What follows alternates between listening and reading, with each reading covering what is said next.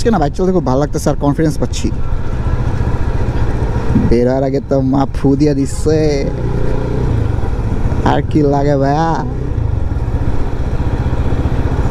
আজকে ফু দিছে বলে শয়তানে বেশি লাড়াচাড়া দিতেছে না, ভালো মতোই চালাই, শুধু শুধু দুর্ঘটনার শিকার হওয়া দরকার আছে?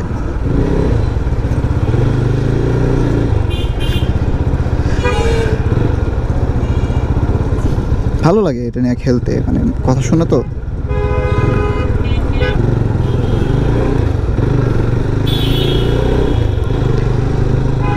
এই রোডে আসলে অ্যাকচুয়ালি কেউ মানে ওই বলে না হেলমেট পরে বাইক চালাতে 60 ফিটে এদিক দিয়ে গেলে আর কি হেলমেটটা পরা লাগে না, মানে সার্জেন্ট সুর্জেন্ট পুলিশ বলতে ট্রাফিক এদিকে নাই।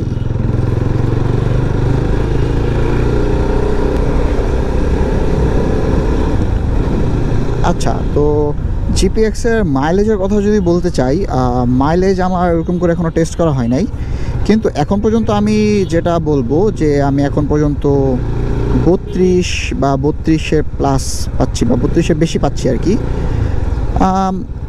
আর একটু বেশি পাইলে হয়তো বা একটু ভালো হইতো, বাট 250 সিসি ইঞ্জিন একটু তেল খাবে স্বাভাবিক,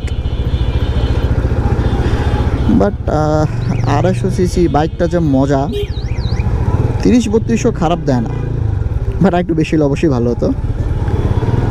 আর এটার যে হর্নটা সেটা যদি বলি, এখানে ডাবল হর্ন লাগানো আছে।